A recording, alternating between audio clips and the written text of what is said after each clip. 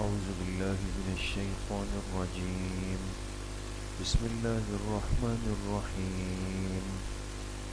واذكر في الكتاب إبراهيم إنه كان صديقا نبيا إذ قال لأبيه يا أبت لم تعبد ما لا يسمع ولا يبصر ولا يغني عنك شيئا. صدق اللہ العظیم.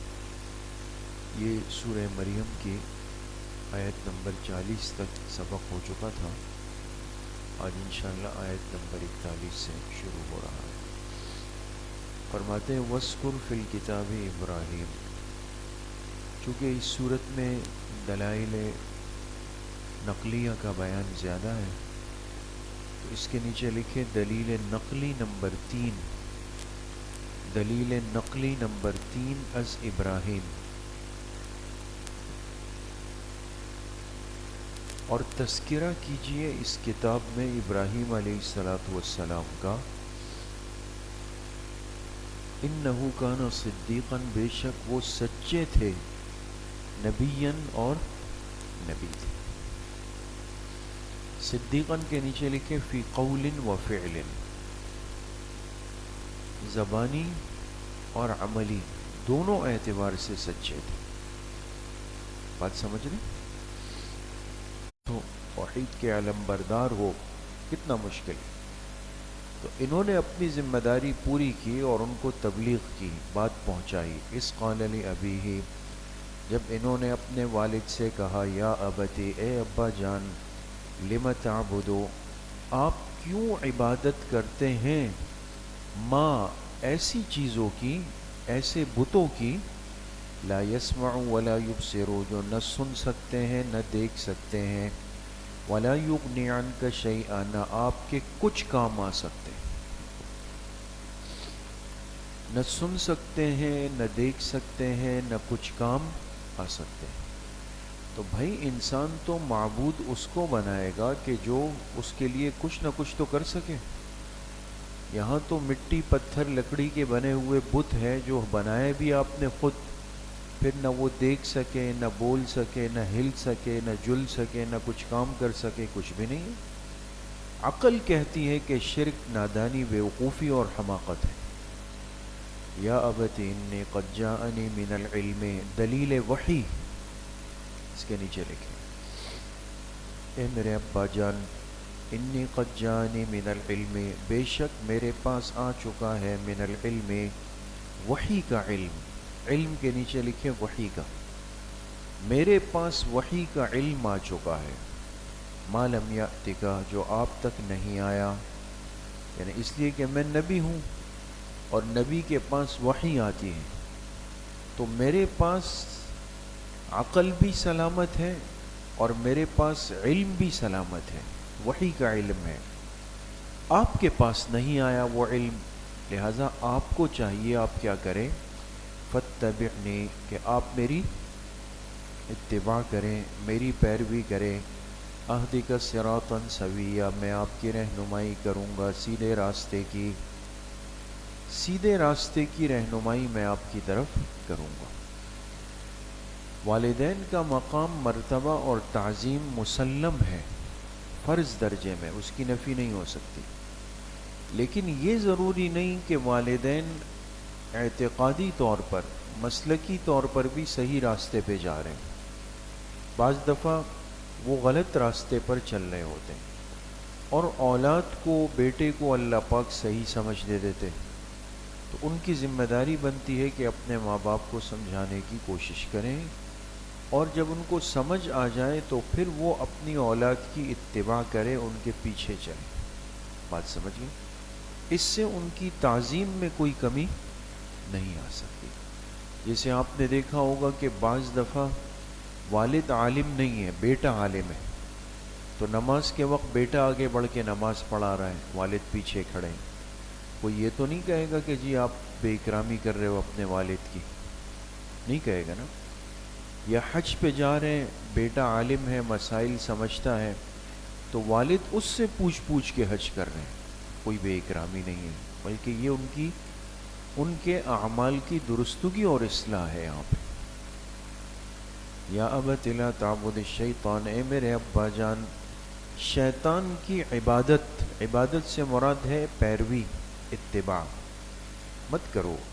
کیوں؟ ان الشیطان کان للرحمن عصیا، بے شک شیطان رحمان کا نافرمان تھا.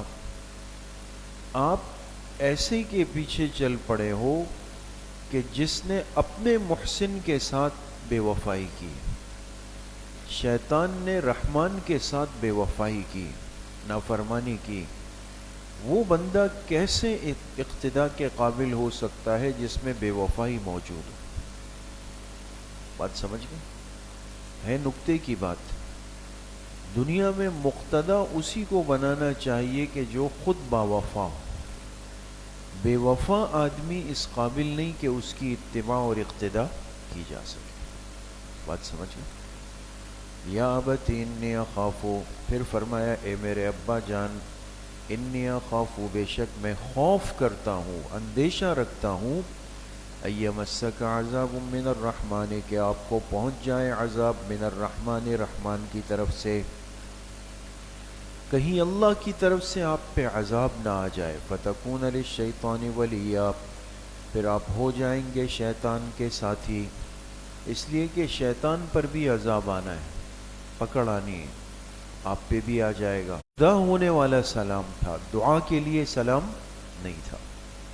آگے کہا سأستغفر لک ربی، سأستغفر لکھے طلب ہدایت، طلب ہدایت. پھر فرمایا میں آپ کے لیے مغفرت کی دعا کروں گا. ربی اپنے، اس پر اشکال ہوگا کہ کافر اور مشرک کے لیے تو مغفرت کی دعا نہیں ہو سکتی، نہیں ہو سکتی نا اس کی، اس لیے کہ وہ کفر میں اگر ہے یا گیا ہے تو اس کے لیے طلب مغفرت ہو ہی نہیں سکتی. اس لیے آپ لوگوں نے لکھا طلب ہدایت. سمجھ میں آ گئی؟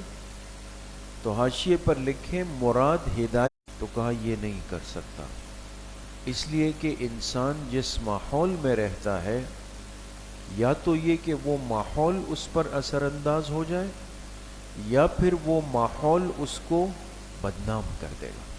دو چیزیں ہیں دوست.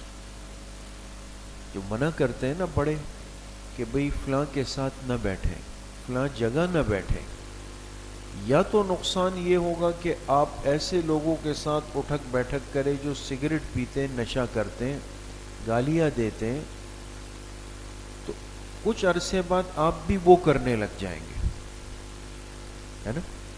اس چیز سے تو پیغمبر محفوظ ہے، معصوم ہے نا.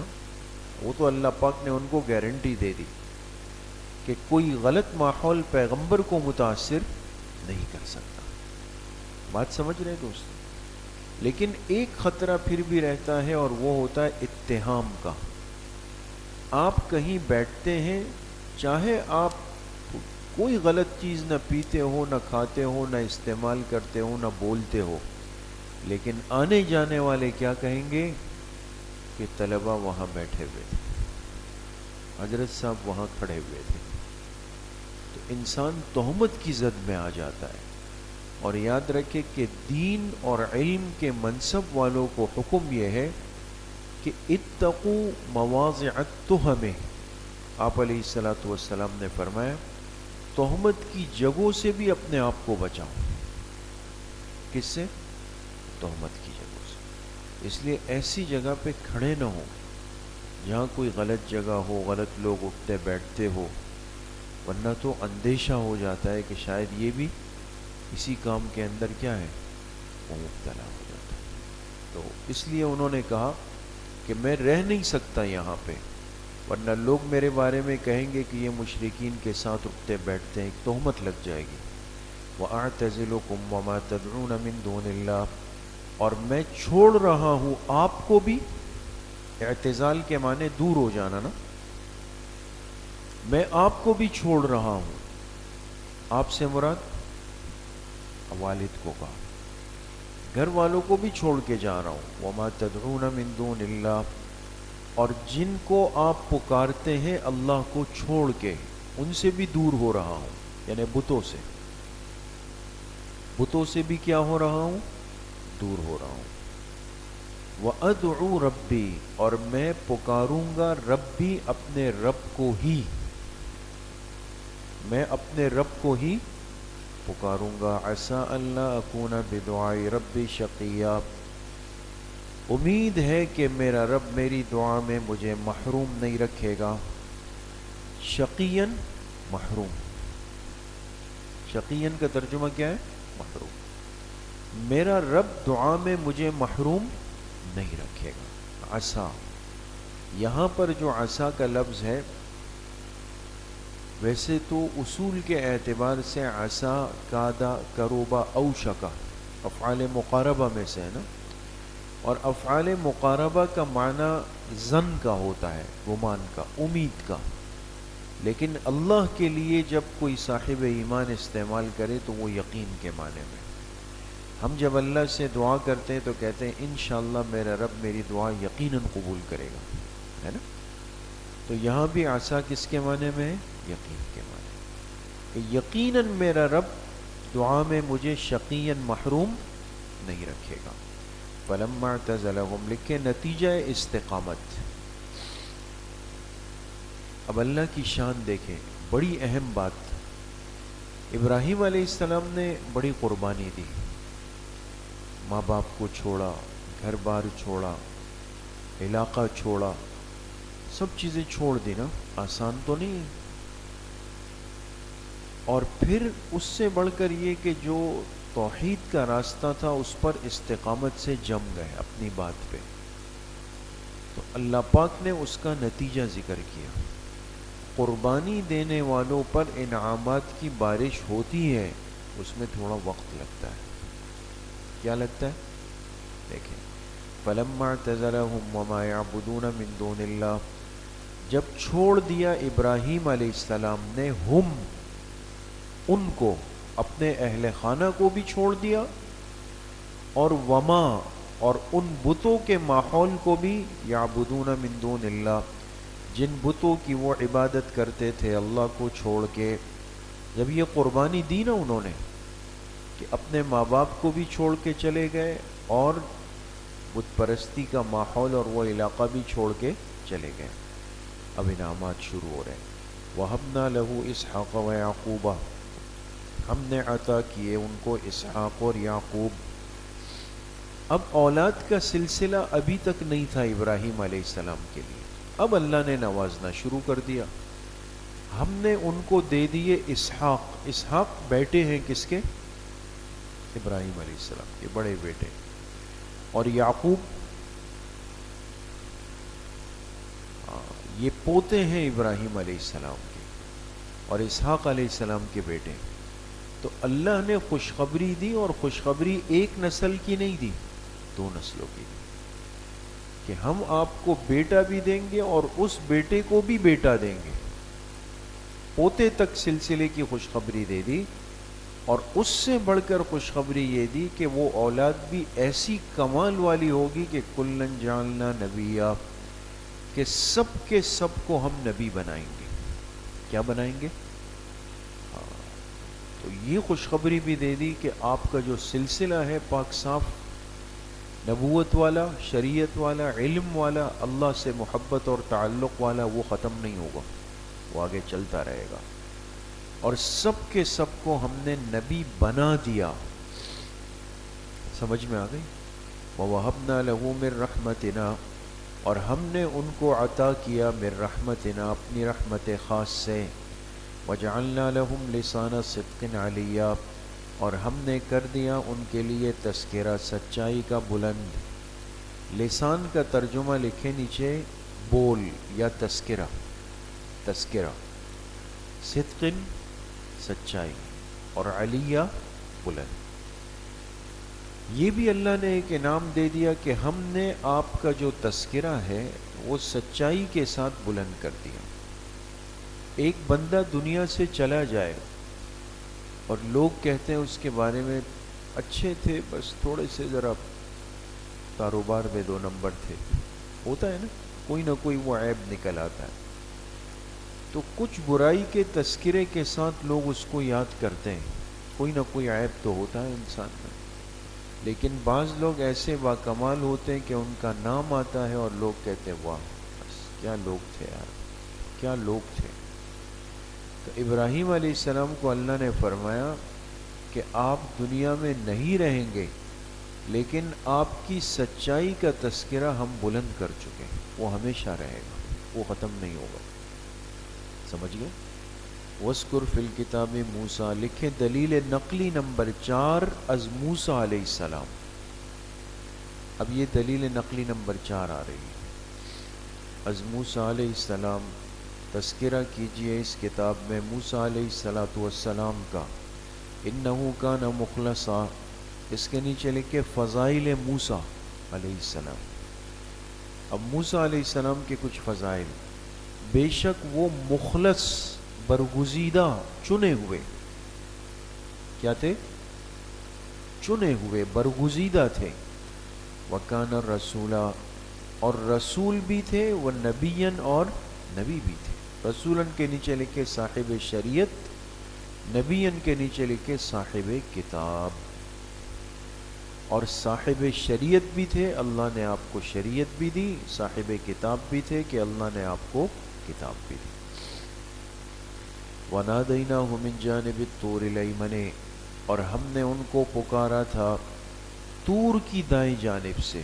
طور پہاڑ ہے نا، طور پہاڑ ہے۔ دوسری جگہ اس کا تذکرہ ہے کہ جب جا رہے تھے راستے میں اور ان کو اللہ نے نبوت دی، راستے کے اندر، سفر کے اندر دی، ان کو آواز آئی اننی انا اللہ، کہ بے شک میں کیا ہوں، میں اللہ پاک ہوں۔ ایک جگہ آگ جلتی ہوئی نظر آئی تھی ان کو، آگے سورہ طٰہٰ آ رہی ہے، اس میں تذکرہ تفصیل کے ساتھ ہے۔ تو ان کو اللہ پاک نے نبوت کہاں پر دی؟ حالت سفر میں دی، راستے میں دے دی۔ اللہ جب نوازنے پر آئے تو کہاں نواز دے بندے کو خود پتہ نہیں ہو گیا۔ تو فرمائے ہم نے ان کو آواز دی طور کی دائیں جانب سے، وَقَرَّبْنَاهُ نَجِيًّا، اور ہم نے ان کو قریب کیا نجیًّا، ہم کلام بنا کر۔ کیا بنا کر؟ ہم کلام بنا کر۔ ایک ترجمہ ہے بھید بتانے کے لیے، یعنی راز، کیونکہ موسیٰ علیہ السلام کلیم اللہ ہے، اللہ نے آپ سے براہ راست ہم کلامی فرمائی ہے، یہ آپ کا خاصہ ہے، اور ہم نے ان کو قریب کیا نجیًا، ہم کلام بنا کر یا راز بتانے کے لیے۔ وَوَهَبْنَا لَهُ مِن رَحْمَتِنَا أَخَاهُ هَارُونَ نَبِيًّا، اور ہم نے ان کو عطا کیا اپنی خاص رحمت سے اخاہ، ان کے بھائی ہارون کو نبی بنا کر۔ کبھی اللہ نوازتے ہیں اولاد دے کر، کبھی اللہ نوازتے ہیں بھائی دے کر۔ بات سمجھ گئے؟ یہ رشتے بڑے قیمتی ہے، بشرطے کہ کارآمد ہو۔ تو ان کو اللہ نے ایک بھائی دیے حضرت ہارون علیہ السلام، اور دیے بھی کس طرح کہ ان کی درخواست پر ان کو نبی بنا دیا، چلیں وہ آپ کے ساتھ ہوں گے۔ وَاذْكُرْ فِي الْكِتَابِ اسماعیل، دلیل نقلی نمبر 5 از اسماعیل علیہ السلام، اور تذکرہ کیجئے اس کتاب میں اسماعیل علیہ السلام کا۔ انہو کان صادق الوعد، لکھے فضائل اسماعیل علیہ السلام، بے شک وہ وعدے کے سچے تھے۔ وکان رسولا نبیا، اور وہ رسول اور نبی تھے۔ سمجھ میں آ گئے؟ اور وہ رسول بھی تھے اور نبی بھی تھے۔ یہاں حاشیے پر لکھا ہے کہ حضرت اسماعیل علیہ السلام کو رسول اس لیے کہا گیا کہ عرب والوں کو جدید شریعت دی گئی تھی۔ کیا دی گئی تھی؟ جدید شریعت دی گئی تھی، اور حضرت اسماعیل علیہ السلام عرب میں آئے تھے، جدید شریعت بھی دی گئی تھی اہل عرب کو، اور یہ چونکہ عرب میں آئے اس وجہ سے ان کو کیا فرمایا گیا؟ رسول فرمایا گیا۔ سمجھ میں آ گئی؟ وَكَانَ يَأْمُرُ أَهْلَهُ بِالصَّلَاةِ وَالزَّكَاةِ، اور یہ حکم دیتے تھے اپنے گھر والوں کو نماز کا، وَالزَّكَاةِ، اور زکوٰۃ کا۔ یا تو زکوٰۃ اپنے ہی معنی میں ہے، یعنی جو مالی وظیفہ ہے، یا زکوٰۃ سے مراد ہے تزکیہ باطن، کہ گھر والوں کو نماز کی ترغیب بھی دیتے تھے اور اپنے نفس اور دل کی پاکی کی۔ وَكَانَ عِندَ رَبِّهِ مَرْضِيًّا، اور آپ اپنے رب کے ہاں مرضیًا، پسندیدہ لوگوں میں سے تھے۔ کن میں سے؟ پسندیدہ لوگوں میں سے تھے۔ وَاذْكُرْ فِي الْكِتَابِ إِدْرِيسَ، لکھے دلیل نقلی نمبر 6 از ادریس علیہ السلام، اور تذکرہ کیجئے کتاب میں حضرت ادریس علیہ السلام کا۔ سمجھ گئے؟ ان کے بارے میں لکھا ہے کہ یہ حضرت نوح علیہ السلام کے پردادا تھے۔ ان کے کیا تھے؟ پردادا سمجھتے ہیں نا، دادا کے والد تھے، ان کے پردادا تھے۔ انہو کان صدیقا نبیّا، بے شک آپ بھی سچے اور نبی تھے، سچے اور نبی تھے۔ ورفعناہ مکانا علیہ، اور ہم نے ان کو پہنچایا مکانا علیہ، بلند مرتبے پہ۔ کس پہ پہنچا دیا؟ ہم نے ان کو پہنچا دیا بلند مرتبے پہ، یعنی بڑی شان دی ہم نے ان کو۔ کن کو؟ حضرت ادریس علیہ السلام۔ یہ اس کا بے غبار صاف اور آسان ترجمہ ہے کہ اللہ فرماتے ہم نے ان کو بڑا مقام دیا۔ جب بعض حضرات نے اس سے مراد لیا کہ ہم نے ان کو اونچائی کی جگہ پہ پہنچا دیا، یعنی آسمانوں پہ، تو ایک نظریہ یہ چلتا ہے کہ جیسے حضرت عیسیٰ علیہ السلام آسمانوں پہ زندہ ہے، تو حضرت ادریس علیہ السلام بھی چوتھے آسمان پہ زندہ ہے۔ اور ایک مفسر گزرے ہیں امام خیالی، مشہور ہے خیالی رحمۃ اللہ علیہ، انہوں نے لکھا کہ 4 نبی اس وقت زندہ ہیں۔ کتنے؟ 4، 2 آسمانوں پہ اور 2 زمین پہ۔ آسمانوں پہ حضرت عیسیٰ علیہ السلام، وہ دوسرے آسمان پہ ہے، اس پہ امت متفق ہے، اس میں کوئی اشکال نہیں۔ اور ایک حضرت ادریس علیہ السلام چوتھے آسمان پہ۔ 2 زمین پر ہے، حضرت خضر علیہ السلام اور حضرت الیاس علیہ السلام۔ سمجھ میں آ گئی؟ لیکن جمہور کی رائے یہ ہے کہ اللہ نے یہ مقام اور یہ کمال صرف حضرت عیسیٰ علیہ السلام کو دیا ہے کہ وہ آسمانوں پہ زندہ ہے اور وہ قیامت کے قریب دنیا میں دوبارہ تشریف لائیں گے۔ سمجھ میں آ گئی بات دوست؟ تو لہٰذا مکانن علیہ سے مراد آسمانوں پہ اٹھانا نہیں ہے، بلکہ ان کو بلند مرتبہ دینا ہے۔ اولئک الذین انعم اللہ علیہم، لکھے ثمرہ قصص، ثمرہ کئی پیغمبروں کے تذکرے ہوئے نا، تقریباً 6 دلائل نقلی آپ کے سامنے آئے، 6 پیغمبروں کے۔ اب ان تمام قصوں کا ثمرہ، نتیجہ کیا نکلا؟ فرمایا اولئک الذین، یہ وہ حضرات تھے انعم اللہ علیہم، جن پر اللہ نے انعام کیا، من النبیین، انبیاء میں سے۔ من کے نیچے لکھے بیانیہ، یہ من کیا ہے؟ یہ منعم علیہم کا بیان کر رہا ہے کہ جن پر اللہ نے انعام کیا وہ کون تھے؟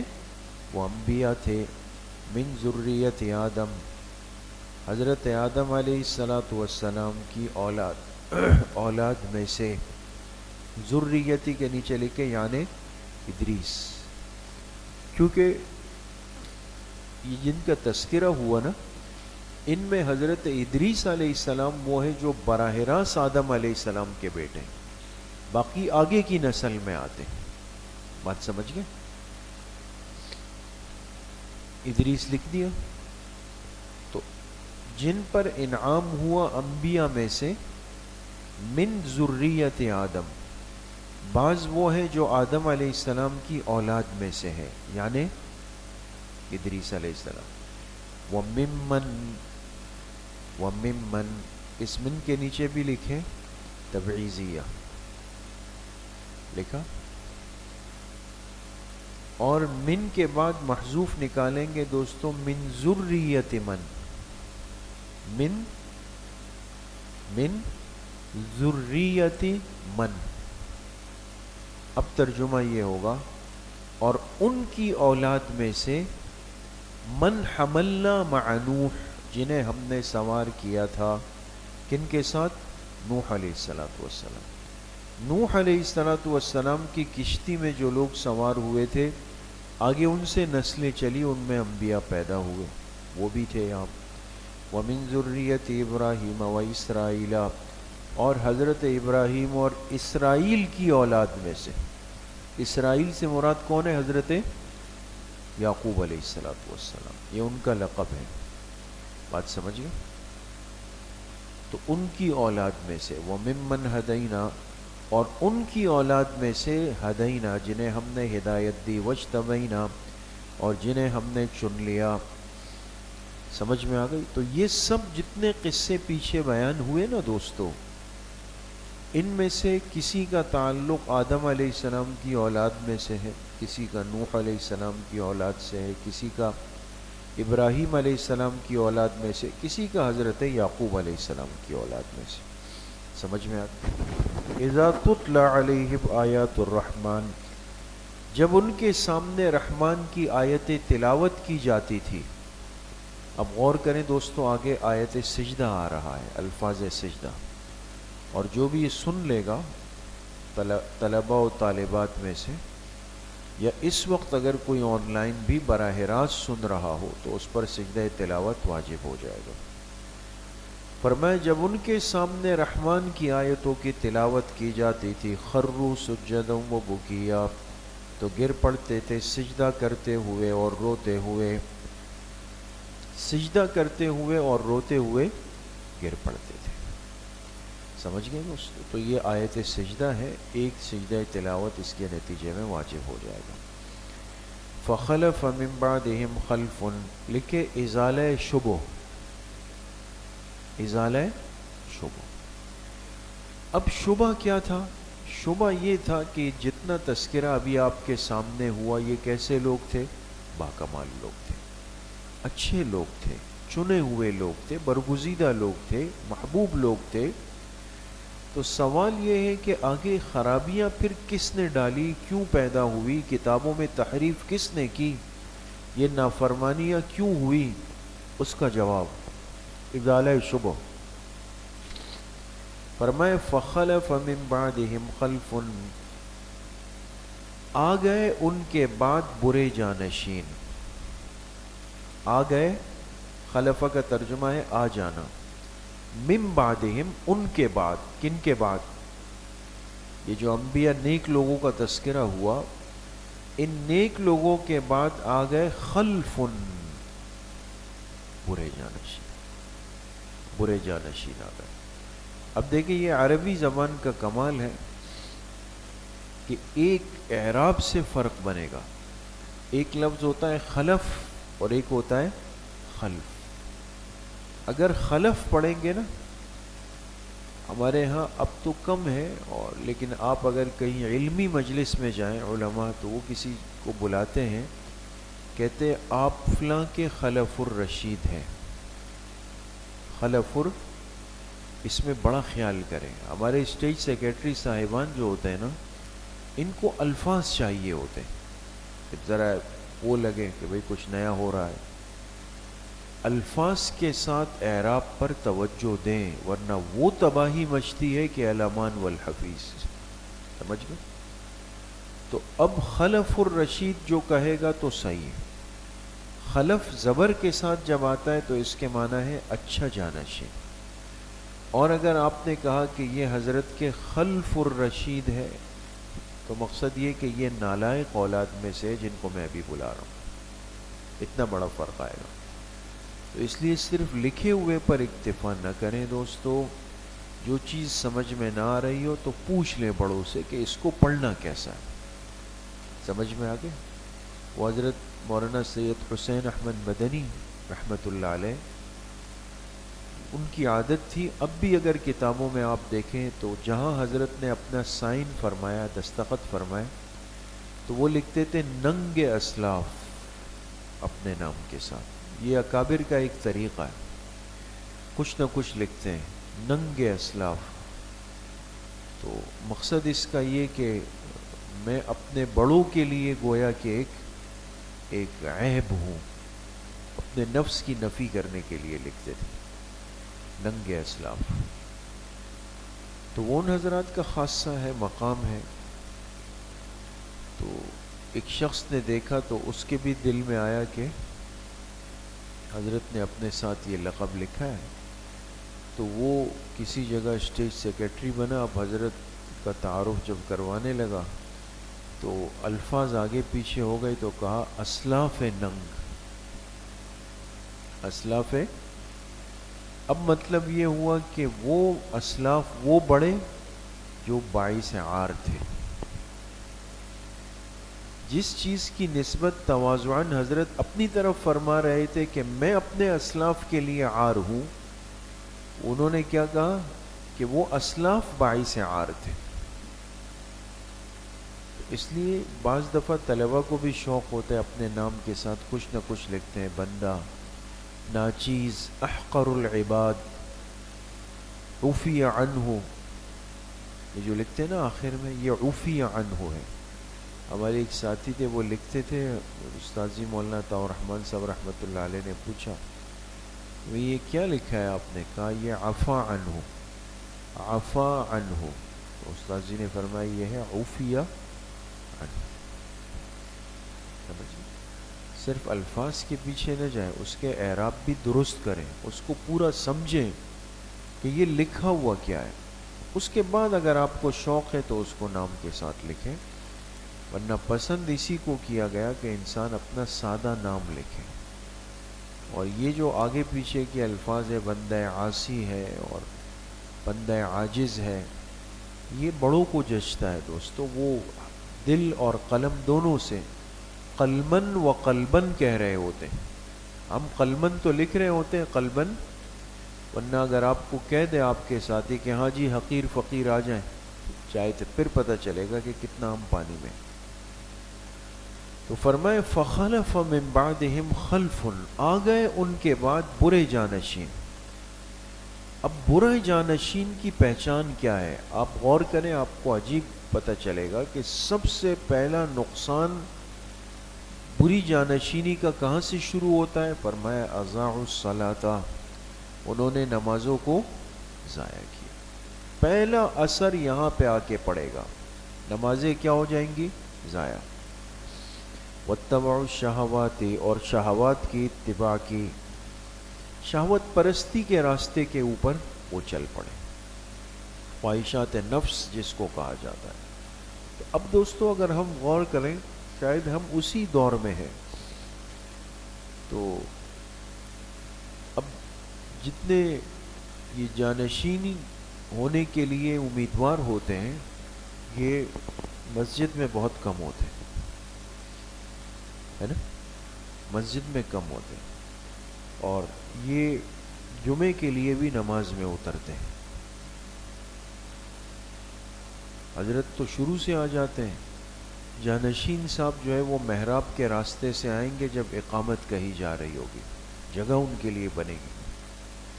نہ خطبہ سنا، نہ بیان سنا، نہ تکبیر اولا، کچھ بھی نہیں کرتے. بہت کم آتے ہیں اس میں، ان کو پتہ ہے یہ سب چیزیں میری ہیں، مجھے ملنی ہے. نمازوں کو ضائع کریں گے، بری جانشینی کا آغاز یہاں سے ہو جائے گا. پھر خواہشات نفس کی اتباع شروع ہو جائے گی دنیا کی دوڑ دھوپ میں. نقصان فرمائے فسوف یلقون غیا، عن قریب سامنا کریں گے خرابی کا. غین کہتے ہیں تباہی، خرابی. ہاں الا من تاب و آمن، سوائے اس کے جس نے توبہ کی، ایمان لائے، وعمل صالحا، نیک اعمال کیے. فاولئک یدخلون الجنہ، انجام صالحین. اولئک یدخلون الجنہ کے نیچے لکھے انجام، یہی لوگ داخل ہوں گے جنت میں. ولا یظلمون شیئا، ان پر کچھ ظلم بھی نہیں کیا جائے گا. جنات عدن، اس کے نیچے لکھے بدل، یہ کیا بنے گا؟ الجنت جو پہلے گزرا نا، اولئک یدخلون الجنت، اس کے نیچے مبدل منہ. اب یہ اس کا بدل ہے. وہ باغات کیسے ہوں گے؟ فرمائے جنات عدن، عدن کہتے ہیں ہمیشہ ہمیشہ کے باغات. کون سے؟ ہمیشہ کے باغات میں ہوں گے، التی وعد الرحمن عبادہ بالغیب، جس کا وعدہ رحمان نے اپنے بندوں سے کر رکھا ہے، بالغیب بن دیکھے۔ ہم نے جنت نہیں دیکھی، جنت کے باغ نہیں دیکھے، لیکن اللہ نے وعدہ کیا ہے کہ میں اپنے ایمان اعمال والے بندوں کو باغ دوں گا، جنتیں دوں گا بن دیکھے۔ انہ کان وعدہ مأتیا، اور بے شک اس کا وعدہ مأتیا پورا ہو کے رہے گا۔ لا یسمعون فیہا لغوا الا سلاما، نہیں سنیں گے ان جنتوں میں کوئی بیہودہ بات، الا سلامن سوائے سلامتی۔ اچھی جگہ پہ خیر کی باتیں ہوتی ہیں، آپ اچھی مجلس میں بیٹھ جائیں، ہر آنے والا سلام کرتا ہوا آئے گا، جانے والا سلام کرتا ہوا جائے گا، دعائیں ہوں گی۔ اور بری مجلس میں بیٹھ جائے تو کہیں سے گالی کی آواز آ رہی ہے، کہیں سے فضول گپ شپ کی آواز آ رہی ہے، کہیں سے نامناسب قہقہے شروع ہو جائیں گے، یعنی ایک بری سی کیفیت ہوتی ہے۔ اور علماء صلحاء کے ساتھ بیٹھ جائیں تو ہر آنے جانے والا سلام سلام سلام کر رہا ہوگا، یہ جنتی ماحول ہوتا ہے دوستو۔ نہیں سنیں گے اس میں کوئی بیہودہ بات، الا سلامن سوائے سلامتی کے۔ وَلَهُمْ رِزْقُهُمْ فِيهَا بُكْرَةً وَعَشِيًّا، اور وہاں جنتیوں کے لیے ان کا رزق ہوگا صبح بھی اور شام بھی، صبح شام ان کو رزق دیا جائے گا۔ اب دیکھیں جنت تو راحت کی جگہ ہے، چاہت جس وقت بھی ہوگی ہر چیز ملے گی، وقت کی قید نہیں ہے نا۔ لیکن اس کے باوجود قرآن کے اشارت النص سے سمجھ میں آیا کہ کھانا پینا ایک نظم چاہتا ہے۔ اللہ پاک نے 2 وقت ذکر کیے اس کے لیے کہ ان کے جو رزق ہوگا وہ کس وقت ہوگا، صبح اور شام کو ہوگا۔ تلک الجنت التی نورث من عبادنا من کان تقیا، یہ وہ جنتیں ہیں جس کا وارث ہم بنائیں گے اپنے بندوں میں سے ان کو جو پرہیزگار ہوگا، جو کیا ہوگا، پرہیزگار۔ اس لیے دوستو جنت کسی کی ذاتی میراث نہیں ہے، کسی کی ذاتی جاگیر نہیں ہے۔ اہل بدعت نے ایسے ایسے اشعار اور واقعات اور کہانیاں گڑھی ہیں کہ جس سے یہ تاثر جاتا ہے کہ جنت فلاں کی جاگیر ہے اور فلاں کی میراث ہے، لہٰذا وہ جسے چاہیں اندر لے جائیں، جسے چاہے باہر روک دیں، تو لہٰذا اس کے بغیر نہیں ہو سکتا۔ ایسا نہیں ہے دوستو، اللہ پاک کا ضابطہ ہے من کان تقیہ، جو کیا ہو، پرہیزگار۔ عام مسلمان جس کا کوئی بڑا حسب نسب نہیں ہے لیکن زندگی پاک صاف ہے، تقی ہے، نقی ہے، تو وہ بھی جنت میں چلا جائے گا۔ وَمَا نَتَنَزَّلُ إِلَّا بِأَمْرِ رَبِّكَ، لکھیں دلیل نقلی نمبر 7 از ملائکہ، از فرشتوں سے۔ وَمَا نَتَنَزَّلُ إِلَّا بِأَمْرِ رَبِّكَ، ہم نہیں اتر سکتے مگر آپ کے رب کے حکم سے۔ کیا مطلب؟ ایک مرتبہ حضرت جبرائیل علیہ السلام جب حضور کی خدمت میں تشریف لائے تو کافی وقفے سے آئے، دیر سے آئے۔ آپ علیہ السلام نے ان سے فرمایا کہ آپ میرے پاس جلدی جلدی کیوں نہیں آتے؟ تو اللہ پاک نے فرشتوں کی زبانی جواب دیا ان کو کہ ہم اپنے رب کے حکم کے بغیر نہیں اتر سکتے، جب اللہ ہمیں اجازت دیتے ہیں تو تبھی ہم آپ کے پاس آ جاتے ہیں۔ لَهُ مَا بَيْنَ أَيْدِينَا وَمَا خَلْفَنَا وَمَا بَيْنَ ذَلِكَ، لَهُ أَيْ لِلَّهِ، اللہ ہی کے لیے ہے جو کچھ ہمارے سامنے ہے، جو کچھ ہمارے پیچھے ہے، اور جو کچھ اس کے درمیان میں ہے۔ ایدینا وما خلفنا، اس کے نیچے لکھے مکانن و زمانن۔ مکانن جو ہمارے سامنے کی دنیا ہے یا جو زمانہ آگے آ رہا ہے، جو پیچھے کی دنیا ہے یا جو زمانہ گزر چکا ہے یا جو اس درمیان کا ہے، سب اللہ کے اختیار سے ہے۔ وما کان ربک نسیا، لکھے تسلی رسول صلی اللہ علیہ وسلم، اور آپ کا رب بھولنے والا نہیں، وہ کسی کو بھول نہیں سکتا۔ سمجھ میں آ گئے؟ رب السماوات والارض، رب سے پہلے محذوف نکالے ہوا، ہوا مبتدا، وہ رب ہے آسمان و زمینوں کا، وما بینہما، اور جو کچھ آسمان و زمین کے درمیان ہے، فاعبدہ، لہذا اسی کی ہی بندگی کرو، واصطبر، اور قائم رہو، لعبادتہ، اس کی عبادت پر، بندگی کرو اور بندگی پر جمے رہو۔ هل تعلم له سمیہ، کیا کبھی تم نے سنا ہے اس کے لیے ہم صفت؟ سمیہ، سمیہ کا لفظی ترجمہ ہے ہم نام۔ لفظ اللہ اس ذات کے علاوہ کسی اور کے لیے نہیں بولا جا سکتا، نہ بولا گیا ہے۔ تو کیا تم نے کبھی اللہ کا ہم نام سنا ہے، ہم صفت سنا ہے؟ جو صفات اللہ کی ہے وہ کسی اور کی نہیں۔ وَيَقُولُ الْإِنسَانُ، اس کے نیچے لکھیں عنوان سورت کا دوسرا حصہ، سورت کا وَيَقُولُ الْإِنسَانُ، اور انسان کہتا ہے اِذَا مَا مِتُّ لَسَوْفَ أُخْرَجُ حَيًّا، شکوہ، شکوہ، انسان کیا کہتا ہے؟ جب میں مر جاؤں گا، جب میں مر جاؤں گا، لَسَوْفَ أُخْرَجُ حَيًّا، تو کیا مجھے دوبارہ زندہ کر کے نکالا جائے گا؟ یعنی یہ ایک اعتراض ہے کہ مرنے کے بعد کیا مجھے دوبارہ زندہ کر کے اٹھایا جائے گا؟ اولا یذکر الانسان، اللہ نے جواب دیا کیا انسان کو یاد نہیں ہے کہ انا خلقناہ من قبل، بے شک ہم نے ہی اسے پیدا کیا اس سے پہلے، ولم یک شیئا، جبکہ یہ کچھ بھی نہیں تھا، جب اس کا وجود نہیں تھا ہم اس کو وجود میں لے کر آئے، تو اس کے وجود کو ختم کر کے پھر دوبارہ بنانا ہمارے لیے کیوں مشکل ہے؟ پھر بھی ہم کر لیں گے۔ فَوَرَبِّكَ لَنَحْشُرَنَّهُمْ، لکھے تخویف اخروی، فَوَرَبِّكَ، یہ واو قسمیہ ہے، آپ کے رب کی قسم، لَنَحْشُرَنَّهُمْ، ہم ضرور بالضرور جمع کریں گے ان کو بھی، والشیاطین، واو کے نیچے لکھے بمعنی مع، بمعنی، یہ واو مع کے معنی میں ہے، ان کو بھی اور شیطانوں کو بھی جمع کریں گے۔ ثم لنحضرنهم حول جہنم جثیا، پھر سب کے سب کو پیش کریں گے جہنم کے ارد گرد، جثیا، گھٹنوں کے بل، جیسے مجرمین کو لایا جاتا ہے نا، تو ان کو بھی اور جو ان کے جو شیاطین تھے جن کی یہ اتباع کرتے تھے اور ان کے ساتھ چلتے تھے، ان سب کو لے آئیں گے اور جہنم کے پاس گھٹنوں کے بل مجرموں کی طرح بٹھائیں گے۔ ثم لننزعن من كل شيعة أيهم أشد على الرحمن عتيا، پھر ہم کیا کریں گے؟ کھینچ لیں گے، لننزعن، جدا کر دیں گے، من كل شيعة، کس میں سے؟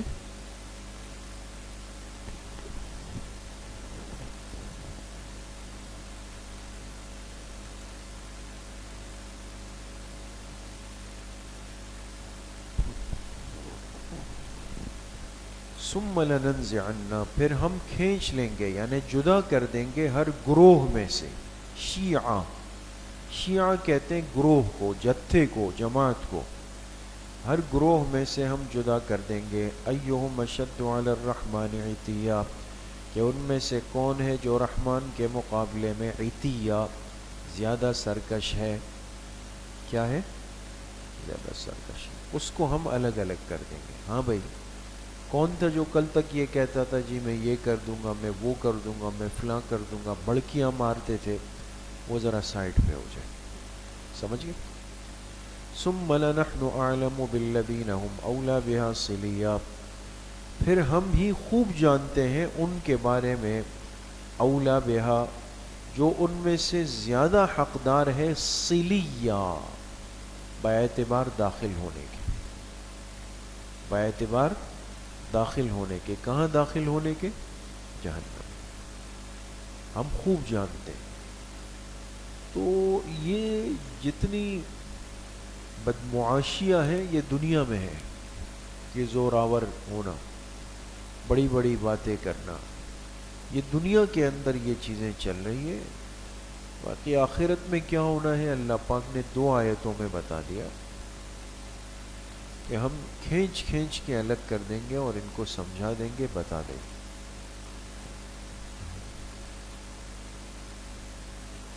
سمجھ گئے؟ وَإِن مِّنكُمْ إِلَّا وَارِدُهَا. اِن مِّنكُمْ، ان نافیہ ہے دوستو، نہیں ہے تم میں سے کوئی بھی الا واردها، مگر یہ کہ گزرنے والا، واردها اس میں سے، مگر یہ کہ وہ کیا ہے؟ گزرنے والا اس میں سے. بریکٹ میں لکھیں جہنم یا پل صراط، جہنم یا پل صراط، ہر ایک اس میں سے گزرے گا، گزرنے والا ہے. وَكَانَ عَلَىٰ رَبِّكَ حَتْمًا مَقْضِيًّا، اور یہ آپ کے رب کے اوپر لازم ہے، مقضیًا جو پورا کیا جائے گا. ایسا ہونا لازم بھی ہے اور پورا بھی کیا جائے گا. اب بہت غور کریں گے دوستو. قرآن کی یہ آیت کہتی ہے کہ انسانوں میں سے ہر ایک نے گزر کرنا ہے، جانا ہے، ہر ایک نے. اس میں یہ فرق نہیں ہے کہ مومن ہے یا کافر ہے، فرمانبردار ہے یا نافرمان ہے، لیکن وہ گزرے گا. سوال یہ کہ کہاں سے گزرے گا؟ صحابہ اکرام میں دو طبقے ہیں. ایک طبقے کا کہنا یہ تھا کہ اس سے مراد ہے جہنم، اور وارد سے مراد ہے مرور. سمجھ میں آ رہی؟ ہر ایک جہنم سے گزر کر ہی پار کر کے جائے گا. اب جو کافر ہے وہ تو جہنم میں رک جائے گا اور مومن عبور کر کے نکل جائے گا، لیکن گزرے گا جہنم کے بیچ میں سے.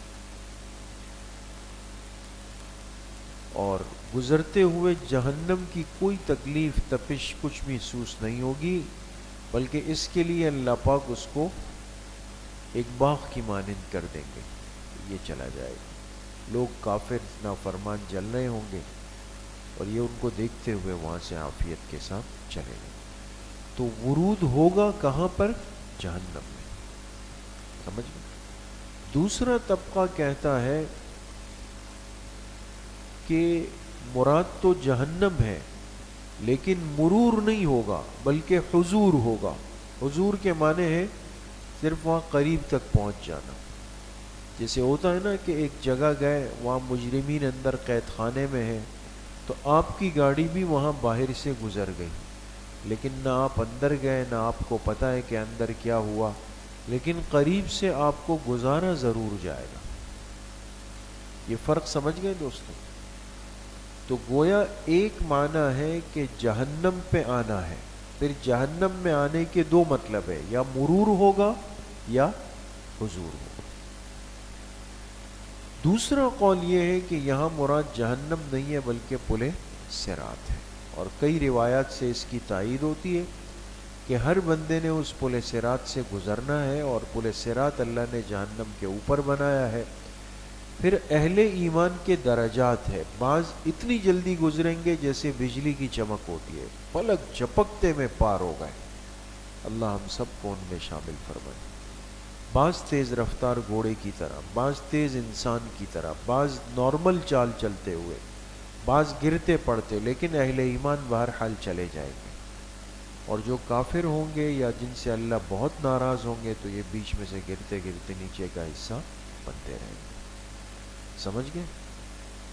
ثم ننجی الذین اتقوا، پھر ہم نجات دے دیں گے ان لوگوں کو جنہوں نے تقوی اختیار کیا. کیا اختیار کیا؟ تقوی.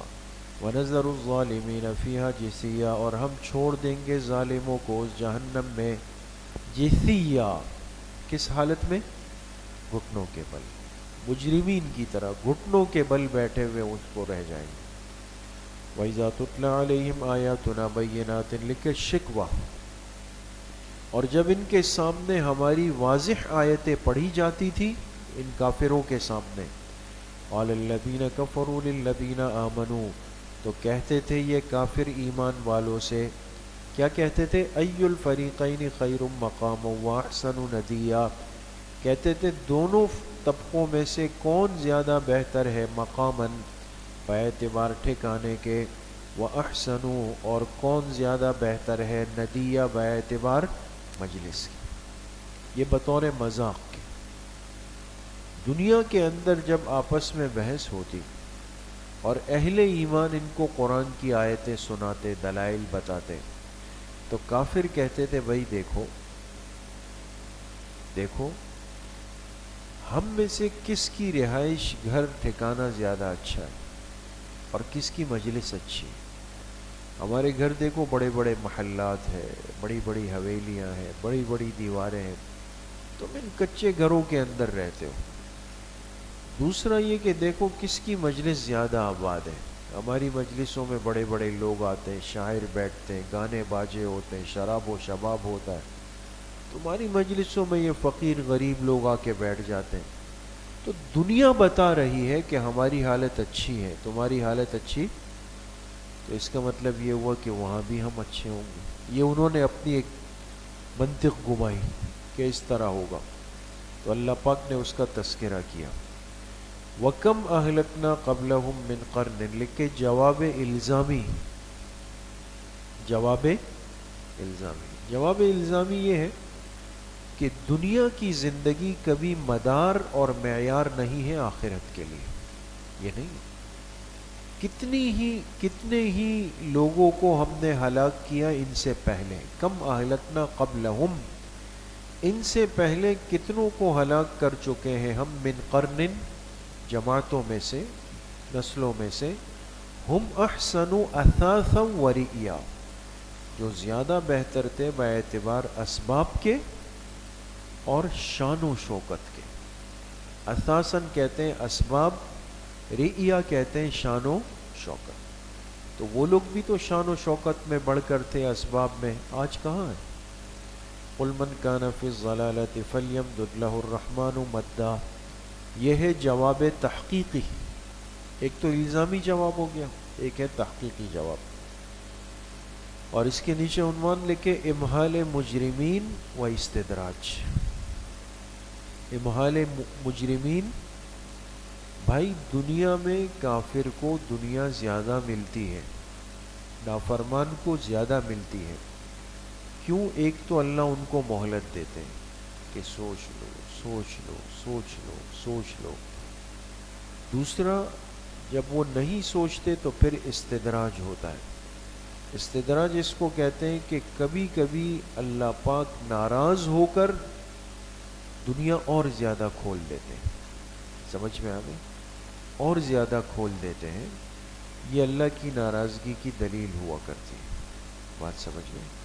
جیسے آپ نے دیکھا ہوگا ایک استاذ طالب علم کو ڈانٹتے ہیں، غلطی پر ڈانٹ ڈپٹ بہت بڑی نعمت ہے، اس لیے کہ ایک مطلب اس کا یہ کہ آپ کی اصلاح کا دروازہ کھلا ہوا ہے، دوسرا یہ کہ بڑوں نے آپ سے سرپرستی کا ہاتھ نہیں ہٹایا، جبھی تو ڈانٹ رہے نا۔ لیکن جس دن آپ کو محسوس ہو جائے کہ وہ غلطیاں میں آج بھی کرتا ہوں لیکن اب تو استاذ کچھ بھی نہیں کہتے، تو خوش ہونا چاہیے نا؟ ہاں نہیں، یہ استدراج ہے۔ اس کا مطلب یہ ہے کہ ایک تو اب آپ کے لیے کوئی اصلاح کی فکر کرنے والا نہیں رہا، دوسرا آپ کے سر سے سرپرستی کا ہاتھ ہٹ رہا ہے، اس کے لیے فکر مند ہونا چاہیے۔ بعض دفعہ طالب علم یا اولاد یا مریدین وہ اس پہ خوش ہوتے ہیں، ہم آرام سے آتے ہیں، ہمیں تو کوئی پوچھنے والا بھی نہیں ہے، اس طرح کہ جیسے یہ بڑی عیش والی زندگی ہے، یہ چند روزہ بہار ہوتی ہے، اس کے بعد پھر بڑا نقصان ہو جاتا ہے، سمجھ گئے؟ اس لیے بڑوں کی ڈانٹ، روک ٹوک، تنبیہ، سختی، یہ اس کو اپنے لیے نعمت غیر مترقبہ سمجھیں کہ کوئی اس دنیا میں ہے جو آپ کے غلط کو وقت پہ غلط بتا رہا ہے، بڑا ہونے کے بعد وہ غلطی کریں گے تو پیٹھ پیچھے لوگ ہنسیں گے، سمجھ میں آ گئی؟ اس کی مثال یہ کہ یہاں آپ جیسے دیکھیں نا، بچے ہوتے ہیں نا، دوڑتے ہوئے آئے اور کسی کا پیر اٹک گیا اور وہ جا کے گر گیا، تو کسی کو برا لگے گا؟ بچہ ہے، جا کے اٹھا لیں گے، اس کو ہنسانے کی کوشش کریں گے پھر۔ لیکن اگر کوئی شیخ آئے اور وہ ترنگ میں جا رہے اور ایک دم پھسل جائے اور دھڑام کی آواز آئے، اوپر نیچے کی ساری منزلیں ہل جائے، تو پھر عجیب سا لگے گا نا، برا لگے گا نا. تو طالب علمی تربیت کی عمر ہے. اس موقع پر کوئی آپ کو ڈانٹ دے، کھڑا کر دے، مرغا بنا دے، پٹائی کر دے تو آپ برے نہیں لگیں گے. لیکن اگر منصب پہ آنے کے بعد کسی نے آپ کو روک ٹوک کی تو پھر آپ بھی برے لگیں گے اور آپ کے حلیے والے بھی برے لگیں گے. سمجھ میں آ گئی؟ دیکھیں، قل من کان فی الضلالۃ، اے میرے حبیب صلی اللہ علیہ وسلم آپ کہہ دیجئے، من کان فی الضلالۃ، جو گمراہی کے اندر پڑا ہوا ہے، فلیمدد لہ الرحمن مدا، رحمان نے اس کو کیا دے دی ہے؟ مدت دے دی ہے، باعتبار ڈھیل کے، باعتبار ڈھیل کے اس کو مہلت دے دی ہے، مدت دے دی. حتی اذا رأوا ما یوعدون، یہاں تک کہ وہ دیکھ لے ما، اس پکڑ کو، یوعدون جس کا اس سے وعدہ کیا جاتا تھا. اب یہ ڈھیل چلتی رہے گی یہاں تک کہ وہ مصیبت سر پہ آ جائے. اب وہ مصیبت کیا ہے؟ اما العذاب، یا تو عذاب آ جائے گا، نیچے لکھے فی الدنیا، وَإِمَّا السَّاعَةُ، اور کبھی ڈھیل اتنی زیادہ ہوتی ہے کہ دنیا کی پکڑ آتی ہی نہیں ہے، کوئی پکڑ نہیں، ڈائریکٹ قیامت کے دن آمنا سامنا ہوگا مصیبت سے. تو یا تو عذاب دنیا میں یا پھر قیامت. فَسَيَعْلَمُونَ، پھر یہ جان لیں گے، من هو شر مکانا واضعف جندا، کہ کون زیادہ بدتر ہے مکانن باعتبار ٹھکانے کے، واضعف جندا، اور کون زیادہ کمزور ہے باعتبار جماعت کے. سمجھ گئے؟ وَيَزِيدُ اللَّهُ الَّذِينَ اهْتَدَوْا، ہدا لکھے بشارت، اور اللہ تعالی بڑھاتے ہیں ہدایت یافتہ لوگوں کی ہدایت کو. اللہ کیا کرتے؟ ہدایت یافتہ لوگوں کی ہدایت کو اور بڑھاتے ہیں. لکھے دنیا میں ہدایت میں اضافہ ہوتا ہے. سمجھ میں آ گئے؟ والباقیات الصالحات، اور باقی رہنے والی جو نیکیاں ہیں، باقی رہنے والی جو نیکیاں ہیں، پہلے بھی یہ لفظ آ چکا ہے، خیر، وہ زیادہ بہتر ہے، عند ربک، آپ کے رب کے ہاں، ثواباً باعتبار بدلے کے، وخیر، اور زیادہ بہتر ہے، مردا، باعتبار انجام کے. بعض نیکیاں وہ ہوتی ہیں دوستو جو باقیات الصالحات ہوتی ہیں، اور آپ کو اس کی مثال دی تھی کہ ایک بندہ چلا جاتا ہے لیکن وہ نیکی چل رہی ہوتی ہے. سمجھ گئے؟ جیسے آپ نے درخت لگا دیا تو آپ چلے گئے لیکن آپ کے درخت کے سائے میں لوگ فائدہ اٹھاتے ہیں، یہ باقیات الصالحات ہیں. آپ نے پانی کی مشین لگا دی، آپ چلے گئے لیکن لوگ جب تک پانی پئیں گے تو باقیات الصالحات ہیں. افرأیت الذی، لکھے شکوہ خاص، شکوہ خاص. یہ ایک صحابی تھے حضرت خباب ابن الارت رضی اللہ عنہ، اور غریب قسم کے صحابی تھے، محنت مزدوری کرتے تھے بیچارے، اور یہ لوہے کا کام کرتے تھے، لوہار تھے. تو مکہ کے اندر ایک سردار تھا، عاص ابن وائل، سردار بھی تھا اور بدمعاش بھی تھا.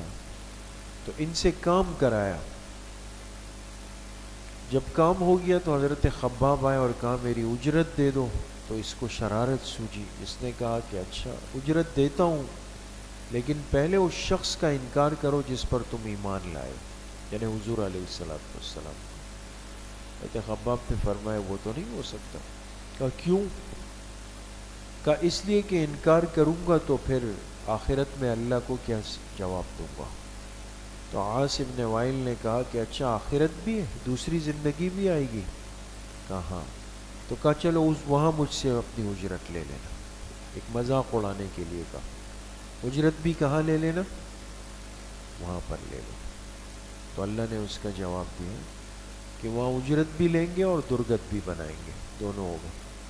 افرأیت الذی کفر بآیاتنا، کیا آپ نے دیکھا اس شخص کو، یعنی عاص ابن وائل کو، کیا آپ نے دیکھا اس شخص کو، کفر بآیاتنا، جس نے ہماری آیتوں کا انکار کیا. وقال اور کہنے لگا لأوتین مالا وولدا کہ ضرور بھی ضرور دیا جائے گا اس کو مال بھی اور اولاد بھی. نیچے لکھے فی الآخرہ. کہاں پر؟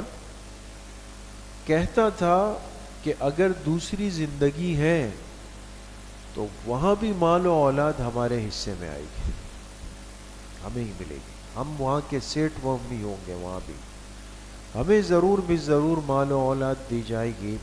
اطلع الغیبہ لکھے جواب شکوہ, جواب اللہ پاک نے جواب دیا کیا یہ غیب پر مطلع ہو چکا ہے یا اس نے لے رکھا ہے رحمان سے کوئی وعدہ.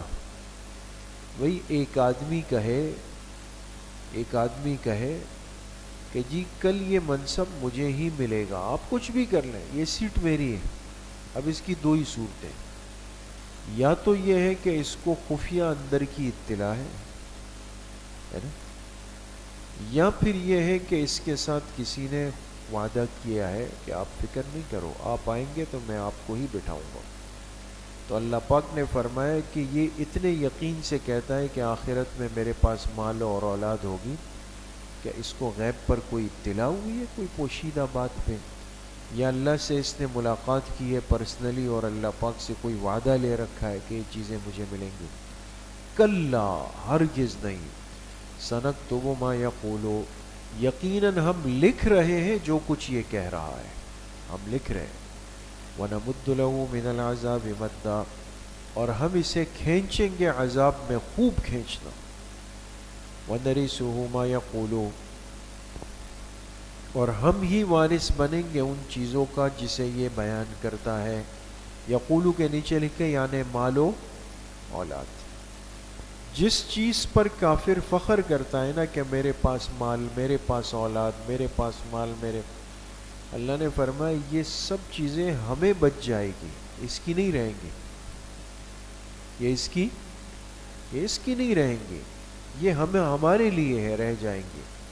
وَيَأْتِينَا فَرْدًا اور یہ تو ہمارے پاس آئے گا تنہا ہو کر, اکیلا ہو کر آئے گا.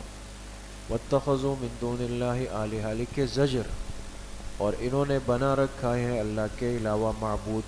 لِيَكُونُوا لَهُمْ عِزًّا تاکہ وہ معبودان باطلہ ہو جائے ان کے لیے عزن. عزن کا ایک ترجمہ ہے مددگار, ایک ترجمہ ہے باعث عزت. اللہ کو چھوڑ کے دوسرے معبود بنائے تاکہ وہ ان کے لیے باعث عزت یا مددگار ہو جائے. فرمایا کلا ہرگز نہیں. سیکفرون بعبادتہم عن قریب وہ معبودان باطلہ ان کی عبادت سے انکار کر دیں گے. وہ کہیں گے انہوں نے ہمیں آواز ہی نہیں دی, ہمیں کوئی معبود نہیں بنایا. وَيَكُونُونَ عَلَيْهِمْ ضِدًّا بلکہ وہ ان کے خلاف مخالف بن جائیں گے. ضدہ کا ترجمہ لکھیں مخالف.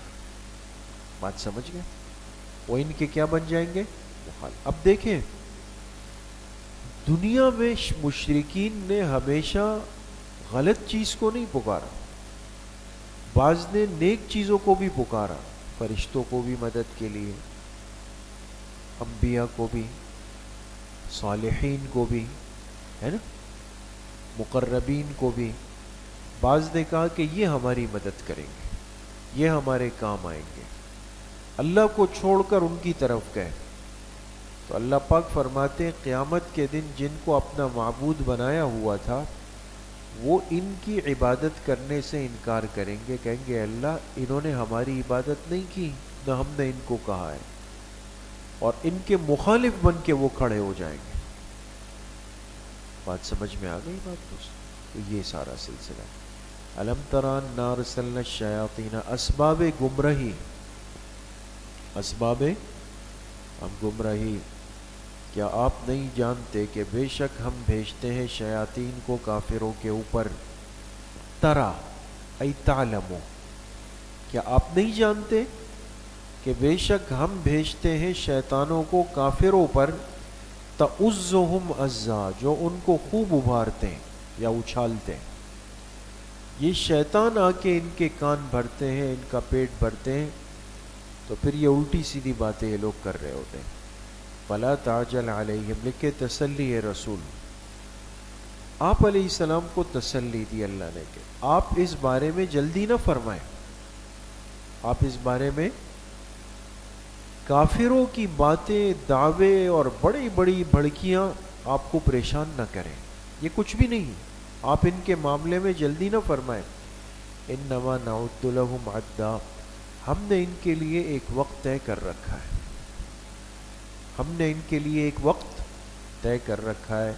یوم نحشر المتقین، لکھ کے بشارت، خوشخبری، یوما اس سے پہلے محذوف نکالے اذکر، یاد کرے اس دن کو، نحشر المتقین جب ہم متقین کو جمع کریں گے، الی الرحمن رحمان کی طرف، وفدن مہمان بنا کر، سب نیک لوگ مہمانوں کی طرح ایک اجتماعی شکل میں جائیں گے۔ وَنَسُوقُ الْمُجْرِمِينَ، تخویف اخروی، اور مجرمین کو ہم ہانکیں گے۔ کیا کریں گے؟ ہانکنا جانتے ہیں نا، جانور آگے جاتا ہے، مالک پیچھے ڈنڈا پکڑ کے جا رہا ہوتا ہے، یہ ہانکنا ہوتا ہے، اور مہمانوں کو لے جانے والا میزبان آگے چل رہا ہوتا ہے، کہتے ہیں یہاں سے آئے، یہاں سے آئے، یہاں سے آئے، اکرام ہوتا ہے نا۔ تو وہاں نحشر فرمایا اور یہاں نسوق فرمایا۔ مجرمین کو ہانکیں گے جہنم کی طرف، وردن پیاس کی حالت میں، پیاس بھی لگی ہوگی ان کو۔ لا یملکون الشفاعت، لیکن نفی شفاعت قہریہ، نفی شفاعت قہریہ کے معنی ہوتے ہیں زبردستی کی۔ دیکھیں یہاں ایک بات سمجھ لیں عقیدے کی، قیامت کے دن شفاعت یا سفارش، اہل ایمان کا بھی عقیدہ ہے کہ اللہ پاک انبیاء کی سفارش، نیک لوگوں کی سفارش، صحابہ کی سفارش، نیک ماں باپ کی سفارش، نیک اولاد کی سفارش، اس پر فیصلے فرمائیں گے۔ لیکن اس میں دو چیزیں بنیاد ہیں، ایک جسے اللہ پاک سفارش کا اختیار دے دے کہ ہاں بھائی آپ کریں، آپ کریں، آپ کریں، اس کے بغیر نہیں ہو سکتا۔ دوسری بات یہ ہے کہ اس سفارش کے بعد بھی اللہ پر کوئی زور زبردستی نہیں ہوگی، قہری سفارش نہیں ہے، اس کی سفارش اللہ پاک قبول کر لے تو اللہ پاک کا احسان ہے، اور اللہ پاک قبول نہ کرے تو اللہ پر کوئی زبردستی نہیں کر سکتا۔ یہ وہ شفاعت ہے جو ہمارا عقیدہ ہے دوستو۔ حضور علیہ الصلاۃ والسلام کی شفاعت کہ ہم طلبگار ہیں کہ اللہ ہم سب کو نصیب فرمائے، لیکن وہ شفاعت قہریہ نہیں ہے، غالبہ نہیں ہے کہ جو اللہ کو مجبور کر دے۔ لیکن اہل باطل نے یہ تصور ایجاد کیا اور اس کے نتیجے میں امت غلط راستے پہ چل پڑی، لہٰذا ہر ایک نے اپنی اپنی ایک سوچ بنا لی کہ بھائی، مشرکین کہتے تھے کہ یہ جو ہمارے فرشتے ہیں، جو بعض فرشتوں کی وہ کرتے تھے کہ یہ ہمیں بچائیں گے۔ ایک طبقہ مشرکین میں ایسا بھی پیدا ہوا جو حضرت ابراہیم علیہ السلام کے متعلق کہتا تھا کہ چونکہ ہم ان کو مانتے ہیں تو وہ ہمیں جہنم نہیں جانے دیں گے بلکہ ہمیں اپنے ساتھ لے جائیں گے۔ روافض کا عقیدہ ہے حضرت فاطمہ رضی اللہ عنہا اور حضرت حسین رضی اللہ عنہ سے متعلق کہ چونکہ ہم ان کی محبت میں ڈوبے ہوئے ہیں، لہٰذا وہ قیامت کے دن دروازے پر کھڑے ہوں گے جنت کے، اور جو جو ان کا شیدائی ہوگا اس کو ہاتھ سے پکڑ پکڑ کے ہم اندر جا رہے ہوں گے، کہتے ہم تو ہے ہی نہیں جہنم کے لیے۔ اہل بدعت نے ایک اسٹیپ اور بڑھایا، انہوں نے کہا ہم کیسے پیچھے رہیں، انہوں نے کہا کہ جتنے بزرگ ہیں اور بالخصوص حضرت پیران پیر محبوب سبحانی حضرت شیخ عبد القادر جیلانی رحمۃ اللہ علیہ، ان کے بارے میں یہ عقیدہ بنایا کہ جو ان کی غلامی کا پٹا اپنے گلے میں ڈال دے اور اس سلسلے کے اندر آ جائے گا، تو شیخ نے یہ فرمایا کہ میں اس وقت تک جنت میں نہیں جاؤں گا جب تک اپنے ایک ایک مرید کو جنت میں داخل نہیں کرتا۔ یار یہ آخرت ہے یا یہ مذاق ہو رہا ہے؟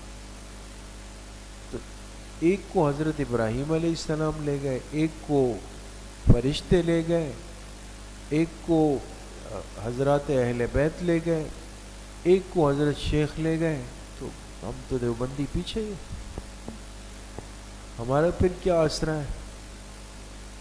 تو یہ سب فاسد اور باطل عقائد ہے، نظریات ہے. بات سمجھ گئے؟ باقی سفارش برحق کیا ہے وہ میں نے آپ سے ذکر کر دیا، جس کو اللہ اجازت دے اور جس کی سفارش اللہ پاک قبول کر لے، تو وہ اللہ کی اجازت کے بغیر نہیں ہو سکتا. دیکھیں، لا یملکون الشفاعۃ، فرمائے سفارش کا اختیار نہیں رکھیں گے. تو لا یملکون کے نیچے کیا لکھا؟ نفی شفاعت قہریہ. الا من اتخذ عند الرحمن عہدا، مگر یہ کہ جو لے لے رحمان سے عہدن، اجازت. اجازت.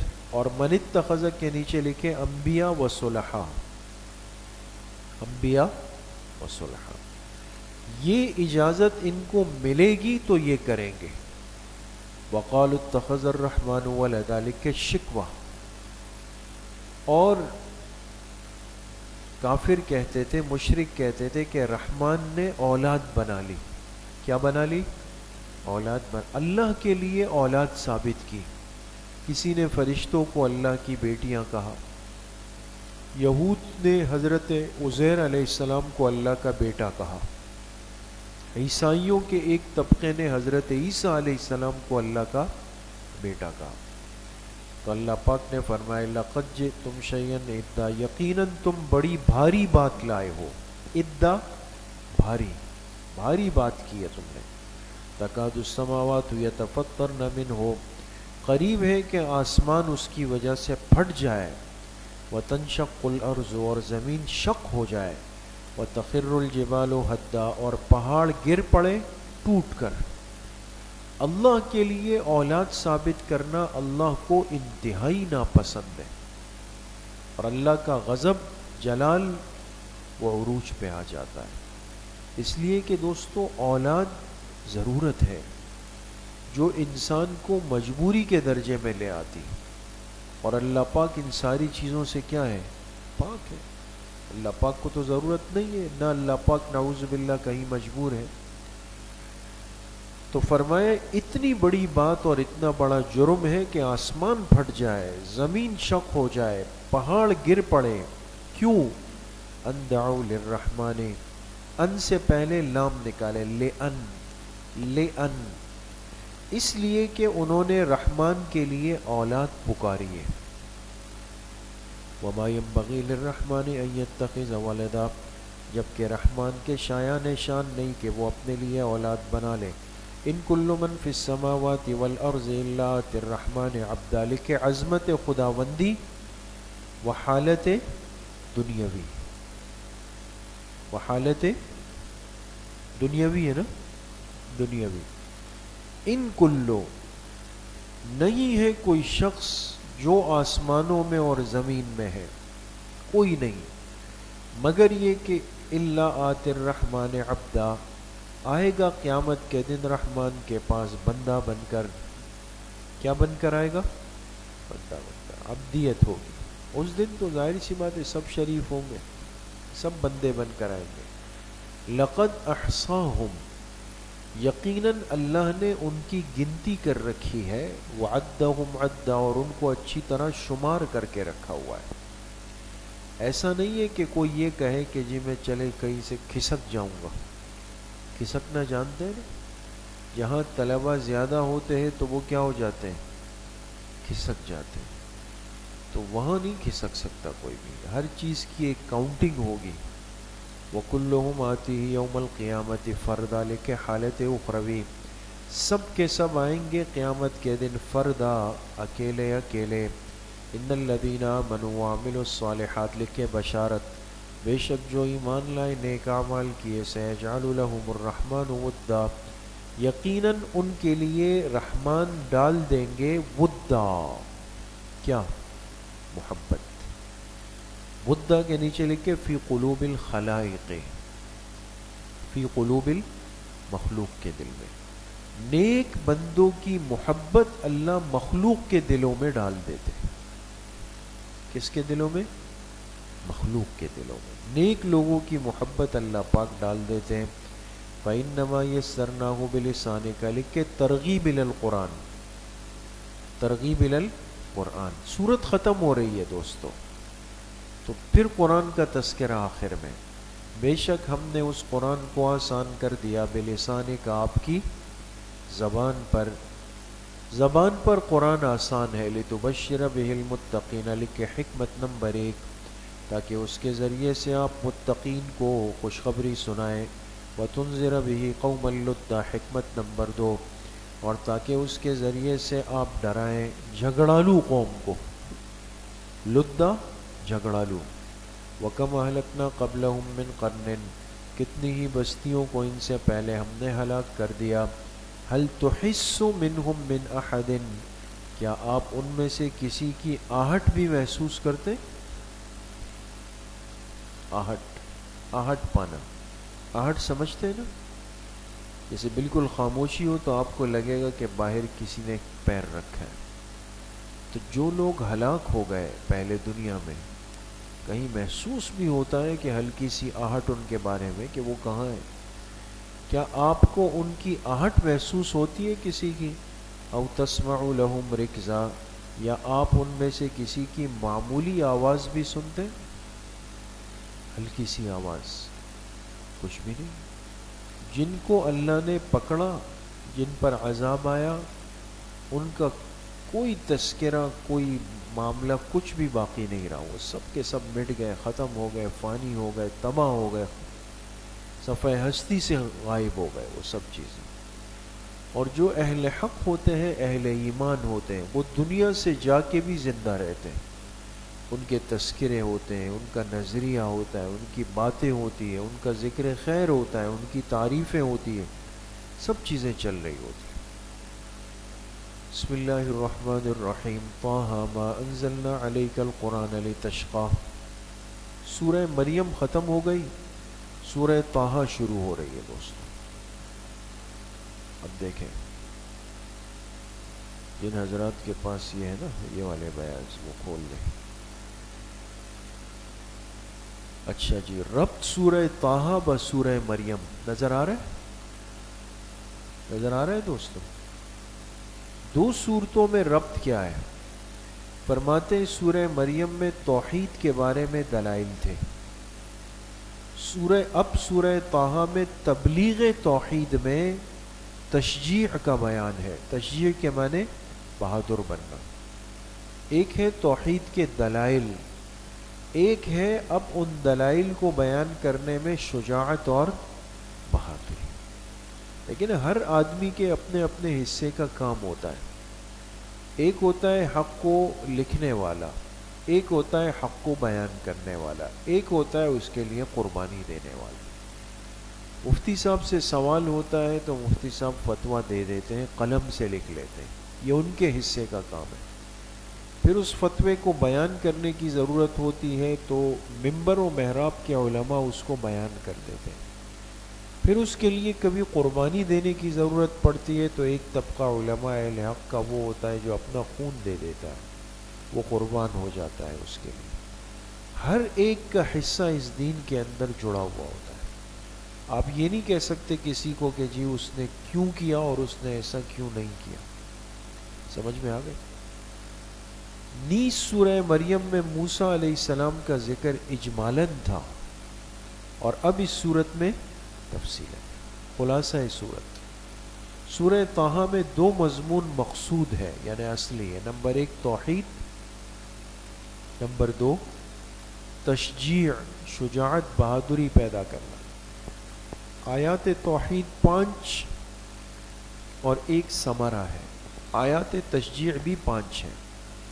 موسیٰ علیہ السلام کا قصہ نمونہ تشجیع ہے. علاوہ ازیں احوال قیامت، قصہ آدم علیہ السلام اور اصول کامیابی کا بیان ہوگا اس صورت میں.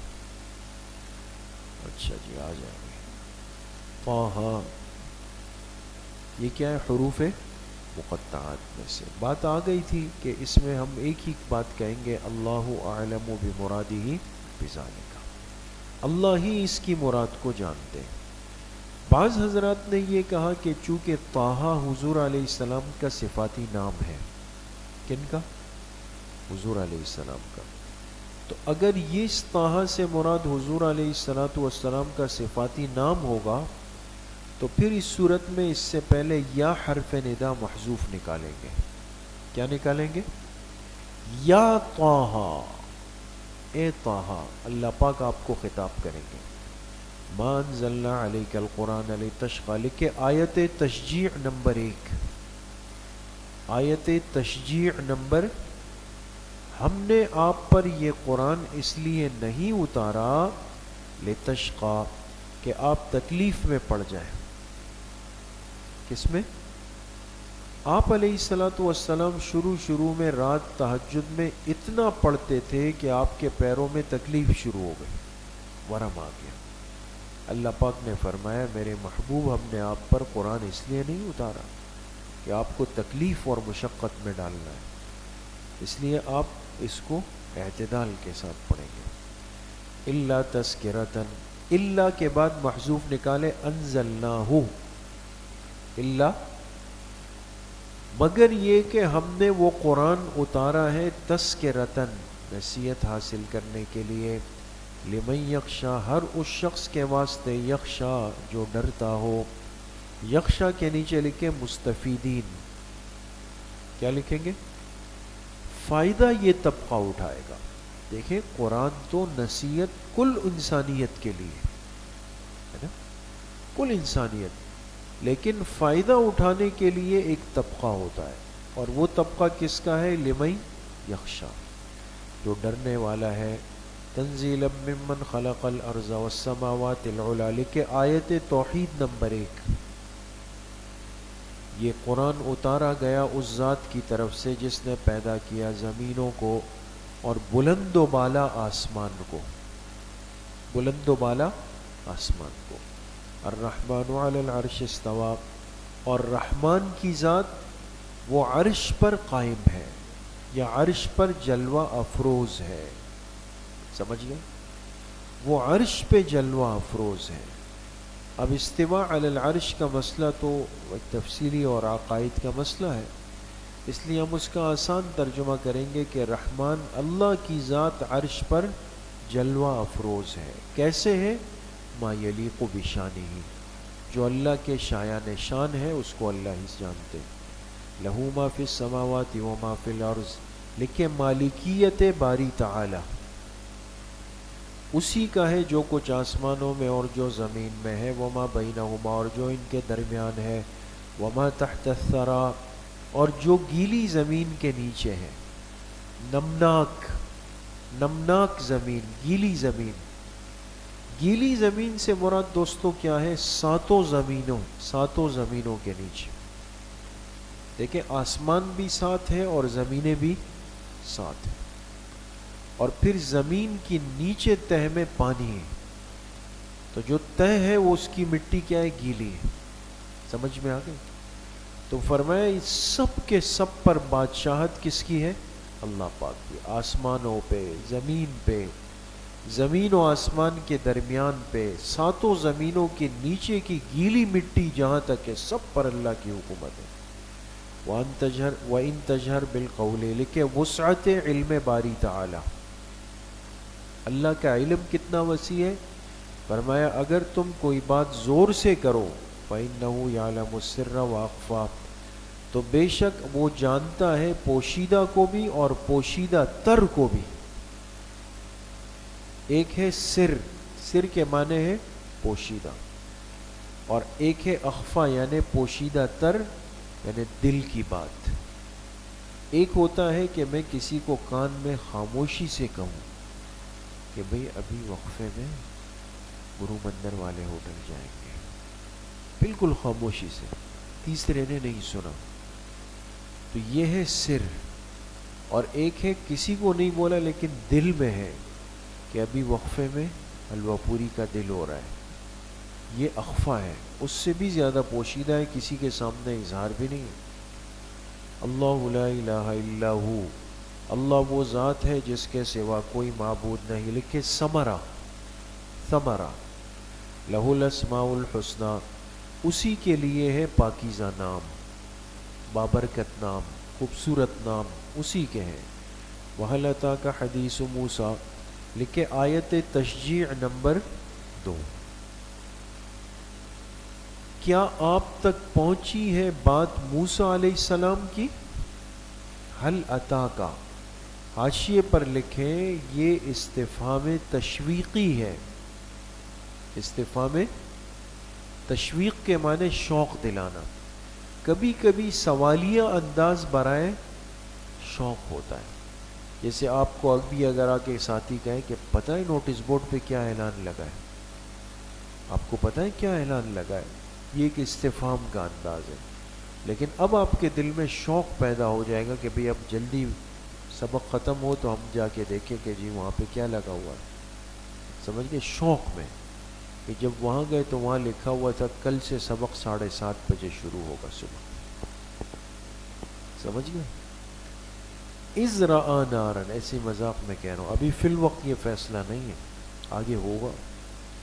اذ رأى نارا، کیا آپ تک موسیٰ علیہ السلام کے واقعے کی اطلاع آئی ہے کہ جب انہوں نے دیکھا کس کو؟ آگ کو۔ سفر پہ آ رہے تھے، سفر آپ کے ساتھ آپ کی اہلیہ تھی اور بچہ تھا اور ایک خادم تھا، تو اپنے سسرال سے واپس جو ہے وہ مصر آ رہے تھے، آگے وہ قصہ آتا ہے۔ تو اس بیچ میں راستے میں ایک جگہ پر راستہ بھٹک گئے، تو سردی بھی تھی اور اہلیہ تکلیف میں بھی تھی ولادت کی، تو دور دیکھا کہ آگ جل رہی ہے۔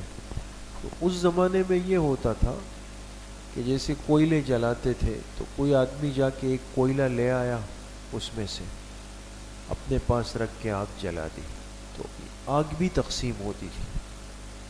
تو موسیٰ علیہ السلام نے اپنی اہلیہ سے کہا کہ آپ بیٹھیں، وہاں آگ جل رہی ہے، میں تھوڑا سا جا کے آگ بھی لے آتا ہوں، اور کوئی بیٹھا ہوگا تو اس سے راستے کی رہنمائی بھی لے لوں گا۔ لیکن جیسے جیسے قریب گئے تو آگ پیچھے جا رہی ہے، آگ پیچھے جا رہی ہے۔ تو اب موسیٰ علیہ السلام کو ذرا گھبرائے، جب اس طرف ہوئے تو پھر آگ آگے آنے لگی ان کی طرف، تو سمجھ گئے کہ کچھ اور معاملہ ہے۔ وہ اذ رأى نارا، جب آگ کو دیکھا، فقال لأہلہ، تو اپنے گھر والوں سے کہا، دیکھیں اب غور کریں، اپنے اہل سے کہا، تو ان کے ساتھ کون تھا؟ اہلیہ تھی نا۔ معلوم ہوا کہ بیوی اہل بیت میں پہلے داخل ہوتی ہے۔ اپنی اہلیہ سے کہا، اس کے نیچے لکھے صفورہ، ان کی اہلیہ کا نام کیا تھا؟ صفورہ تھا، صفورہ۔ ان سے کہا، امکثوا، آپ ٹھہریے، رک جائیے، انی آنست نارا، میں نے آگ محسوس کی ہے۔ آنستو کا ایک ترجمہ ہے محسوس کرنا، ایک ہے دیکھنا۔ میں نے آگ دیکھی ہے، لعلی آتیکم منہا بقبس، میں تمہارے لیے اس میں سے لے آتا ہوں بقبس، انگارہ۔ انگارہ سمجھ گئے نا، کوئی جلا ہوا کوئلہ لے آتا ہوں، ایک انگارہ۔ او اجد علی النار ہدا، یا یہ کہ آگ کے پاس میں پالوں گا ہدن، راستے کا پتہ، کوئی نہ کوئی کام تو ہو ہی جائے گا۔ فلما اتاہا، جب آگ کے پاس آئے، نودیا یا موسیٰ، تو ان کو پکارا گیا کہ اے موسیٰ، اے موسیٰ۔ اب اللہ پاک نے ان کو آواز دی، اے موسیٰ، انی انا ربک، بے شک میں آپ کا رب ہوں، فاخلع نعلیک، آپ اپنے جوتے اتار دیجئے، انک بالوادی المقدس طویٰ، لکھ علت، بے شک آپ ایک بابرکت وادی طویٰ میں ہیں، بابرکت وادی طویٰ میں ہے۔ بات سمجھ گئے؟ آگ سے آواز آئی، اس سے استدلال کیا آتش پرستوں نے، جو آگ کو پوچھتے ہیں نا، ان کی دلیل یہ ہے، وہ کہتے ہیں نعوذ باللہ، اس سے پتہ چلا کہ وہ آگ وہ رب تھا، انی انا ربک، اور آواز کہاں سے آ رہی ہے؟ آگ سے، تو معلوم ہوا کہ آگ معبود ہے، جبھی تو وہ بول رہا ہے کہ میں رب ہوں تمہارا۔ تو یہ کم عقلی ہے دوستو۔ آگ میں سے آواز آ رہی تھی، آگ کے اندر سے آواز آ رہی تھی. تو ہمارے استاد صاحب فرماتے تھے کہ اس کی مثال ایسی ہے کہ ایک گھر میں فون کی گھنٹی بجی، آپ نے فون اٹھایا، آپ نے کہا جی کون؟ اس نے کہا کہ میں تمہارا والد بات کر رہا ہوں. تو فون والد ہے؟ فون تو والد نہیں بنے نا. اس فون میں سے والد کی آواز آ رہی. تو کوئی کہے کہ جی کل سے جو ہے نا فون کو ابو کہیں گے، اس لیے کہ اس میں سے آواز آ رہی تھی. تو آتش پرستوں کو یہاں پہ مغالطہ ہو گیا. تو آگ کو کہا کہ یہ معبود ہے. اللہ نے فرمایا آپ اپنے جوتے اتار دیجئے. معلوم ہوا کہ بابرکت اور نسبت والی جگہوں کا احترام ہوتا ہے، وہاں انسان جوتے نہیں پہنتا ہے، اس کا احترام کیا جائے گا. سمجھ گئے دوستو؟ وَأَنَا اخْتَرْتُكَ لکھے حاشیے پر لکھے اللہ تعالیٰ نے موسیٰ علیہ السلام کو اصول ثلاثہ کی تعلیم دی. اللہ تعالیٰ نے حضرت موسیٰ علیہ السلام کو اصول ثلاثہ کی، 3 باتوں کی تعلیم دی، یعنی توحید، نبوت اور معاد. توحید، نبوت اور معاد کہتے ہیں آخرت کو. تو وَأَنَا اخْتَرْتُكَ، اب اللہ نے فرمایا میں نے آپ کو چن لیا. اس کے نیچے لکھے لِلنُّبُوَّةِ، لن کس چیز کے لیے چن لیا؟ اور اس کے ساتھ لکھے اصل اول نبوت. 3 باتیں آئیں گی نا، توحید، نبوت، معاد. میں نے آپ کو نبوت کے لیے چن لیا. فَاسْتَمِعْ لِمَا يُوحَىٰ، اب کان لگا کے سنیے جو آپ پر وحی کی جاتی ہے، جو آپ پر وحی کی جاتی ہے. اننی انا اللہ، لکھے تشریح وحی، بے شک میں اللہ ہوں. لا الہ الا انا، اس کے نیچے لکھے اصل دوم توحید، اصل دوم توحید، میرے سوا کوئی معبود نہیں. فاعبدنی، میری ہی بندگی کرو. واقم الصلاۃ لذکری، نماز کو قائم کرو. لذکری، کس کے لیے؟ میری یاد کے لیے. بات سمجھ گئے؟ ایک فرقہ پیدا ہوا آپ کے ملک میں جس کا نام ہے ذکری فرقہ. نام سنا ہے؟ ذکری. ان کے نزدیک نعوذ باللہ بہت سارے کفریات، لغویات، سب کچھ ہے. وہ کہتے ہیں صرف اصل چیز جو ہے وہ ذکر ہے، یعنی ذکر کریں، باقی نہ نماز ہے نہ روزہ ہے، کچھ بھی نہیں ہے. اور وہ کہتے ہیں دیکھ کہ اللہ نے فرمایا نماز بھی اس لیے کہ میرا ذکر ہو جائے. تو کم عقلوں کی عقل نے کام نہیں کیا کہ اللہ نے حکم دیا کہ نماز کو قائم کرو اور میری یاد کے لیے، اس نماز کے ذریعے سے تمہیں میرا ذکر حاصل ہو جائے گا. ان الساعۃ آتیۃ، لکھے اصل سوم قیامت، بے شک قیامت آ کر رہے گی. قیامت اکاد اخفیہا، میں اس کو مخفی رکھنا چاہتا ہوں، میں اس کو مخفی رکھنا چاہتا ہوں. لتجزا کل نفس بما تسعی، لتجزا کے نیچے لکھے حکمت مجیء قیامت. قیامت کیوں آئے گی؟ وجہ، تاکہ بدلہ دیا جائے ہر نفس کو بما تسعی، اس کے کیے ہوئے کوشش کا، اس کی ہوئی کوشش کا. فلا یصدنک عنہا، لہذا ہرگز تمہیں روک نہ دے. عنہا، اس کے نیچے لکھ کے قیامت کی تیاری سے، آپ کو روک نہ دے قیامت کی تیاری سے. من لا یؤمن بہا، جو اس قیامت پر ایمان نہیں لاتا. واتبع ہواہ، اور جس نے اپنے خواہشات کی اتباع کی. ان لوگوں کی باتوں میں مت آئیے گا ورنہ نقصان کیا ہوگا؟ فتردا، آپ ہلاک ہو جائیں گے. آپ کیا ہو جائیں گے؟ ہلاک ہو جائیں گے. وما تلک بیمینک یا موسیٰ، لکھے بیان معجزات و رسالت، بیان معجزات و رسالت.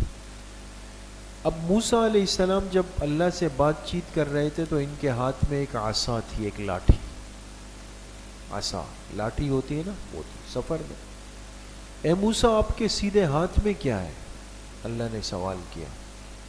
سیدھے ہاتھ میں کیا ہے؟ قال ہی عصایا، فرمایا یہ میری عصا ہے، میری لاٹھی ہے، اتوکأ علیہا، لکھے بیان منافع۔ اب موسیٰ علیہ السلام نے بیان کرنا شروع کیا، اللہ سے بات چیت ہو رہی ہے نا، لطف آ رہا ہے، بات لمبی کی، یہ میری لاٹھی ہے، اس کے ساتھ میں ٹیک لگاتا ہوں، وَأَهُشُّ بِهَا عَلَى غَنَمِي، اس کے ذریعے سے میں پتے جھاڑتا ہوں، علی غنمی، اپنی بکریوں کے لیے۔ آگے کہا ولی فیہا مآرب اخری، اور اس لاٹھی سے میرے اور بھی کام ہیں، مآرب کام، اس سے میں اور بھی کام لیتا ہوں۔ دو بتا دیے کہ ٹیک لگاتا ہوں اور بکریوں کے پتے جھاڑتا ہوں۔ یہاں مفسرین نے بڑا عجیب نکتہ لکھا کہ دو بتانے کے بعد تیسری بات کیا کی کہ اور بھی کام ہے۔ تو موسیٰ علیہ السلام پر امید تھے کہ اللہ سے بات چیت ہو رہی ہے، یہ مجلس ذرا لمبی ہو جائے تو میں ایسا جملہ بول دیتا ہوں کہ جس کے بعد اللہ شاید مجھے کہے اچھا اور کیا کیا ہے وہ بھی بتاؤ، سمجھ گئے؟ کہا اور بھی کام ہے میرے۔ قال القھا یا موسیٰ، اللہ نے فرمایا موسیٰ اس لاٹھی کو ڈال دو، پھینک دو۔ فالقاها، جب اس کو پھینکا، فاذا ہی حیۃ تسعی، تو وہ ایک سانپ بن گیا، تسعی، دوڑتا ہوا، لاٹھی سانپ بن گئی۔